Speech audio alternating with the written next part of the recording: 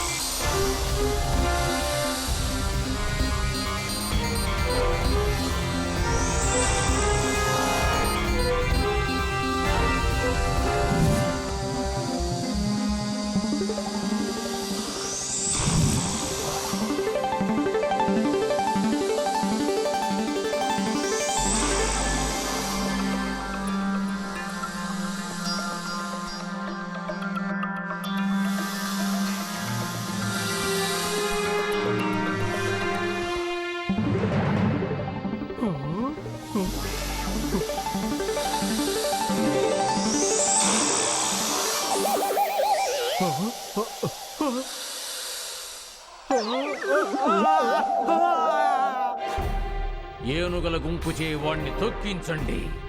వాడి ప్రాణాలు పోయేంత వరకు తొక్కించండి.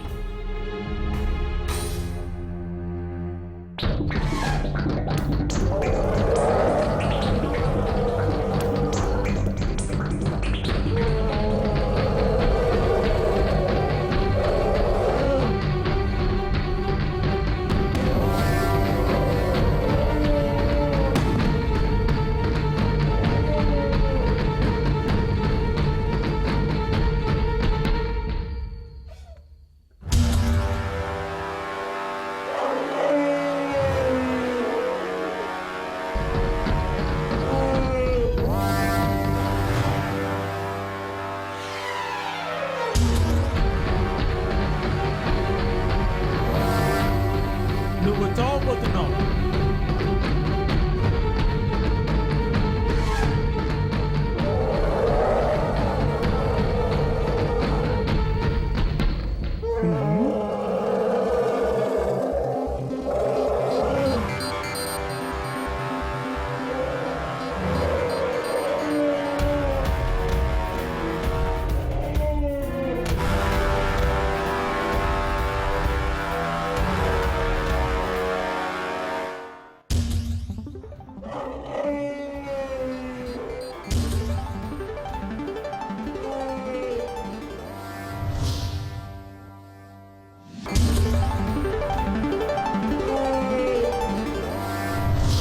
వాడికి కాలకూట మహాసర్పాల విషాన్ని తెచ్చి బలవంతంగానైనా తాగించండి.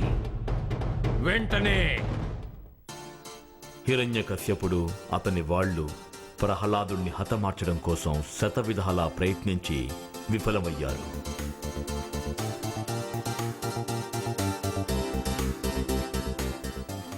శ్రీ మహావిష్ణువు కరుణతో ప్రహ్లాదుడు అన్ని గండాలను అధిగమించాడు.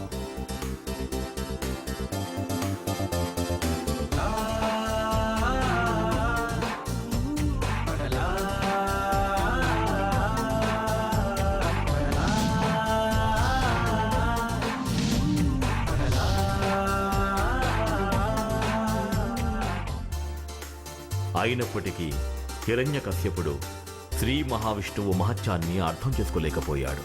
అహంకారం అతన్ని గుడ్డివాణ్ణి చేసింది. దిక్కుతోచక అతను సతమతమయ్యాడు. అప్పుడు అతనికి తన సోదరి హోళిక జ్ఞాపకానికొచ్చింది. ఏమిటిది? మహాకాలపుట విషం కూడా అమృతంగా మారిపోయినది. తప్పకుండా ఏదో మహత్తరమైన శక్తి ప్రహ్లాదుణ్ణి కాపాడుతోంది.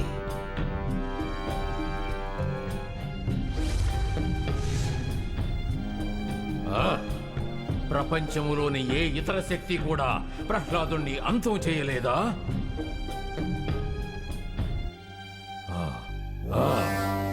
కానీ ఒకే ఒక దారి ఉంది. హోళిక.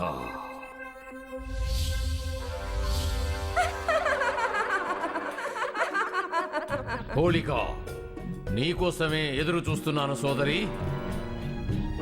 నీవు మాత్రమే నాకు సాయం చేయగలవు. సాయం చేయగలవా సోదరి? ఎలాంటి సాయం కావాలి? హోళిక, నా ప్రియమైన సోదరి, అగ్ని నిరోధక వస్త్రములు నీ వద్ద ఉన్నవి కదా? ఇప్పుడు ఆ వస్త్రములు ధరించవలసిన సమయము ఆసన్నమైనది. ధరించగలవా? వాటిని ధరించి నీవు చేయవలసిన ముఖ్యమైన కార్యము ఒకటి ఉన్నది హోళిక. నేనా దుస్తులు ధరించి ఎవరిని కాపాడాలి? నువ్వెవరిని కాపాడాల్సిన అవసరం లేదు. నీవా శక్తిని ఉపయోగించి ఒకరి ప్రాణములు తీయవలయను. నా శత్రువు ప్రహ్లాదుణ్ణి అణిచి తీరాలి. అన్నా, నువ్వు ప్రహ్లాదుడిని చంపాలని ఆరాటపడుతున్నావని నాకు తెలుసు. కానీ నువ్వు చేసిన ప్రయత్నాలన్నీ విఫలమయ్యాయి. అతనిలో ఏదో శక్తి దాగుంది. అన్నా, దయచేసి నువ్వు మరోసారి ఆలోచించు. ఏది ఏమైనా నీ కన్న కొడుకు కదా. లేదు హోళిక, వాణ్ణి నా కుమారుడని మాత్రం చెప్పొద్దు.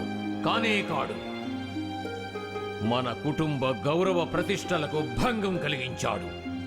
వాడు జీవించకూడదు. నేను చెప్పేది విను. నిన్ను పిలిపించింది నాకు బుద్ధి చెప్పడానికి కాదు. ఆ ప్రహ్లాదుని అంతం చేయడమే నా లక్ష్యం. వాణ్ణి సంహరించాలి. చేస్తావా? తప్పక చేస్తాను. మీకు సహాయం చేయడానికి నేను సిద్ధంగా ఉన్నాను. చెప్పండి అన్నా, చెప్పండి. ఇప్పుడు నేనేం చెయ్యాలి? వానవొచ్చి వంకలు పారే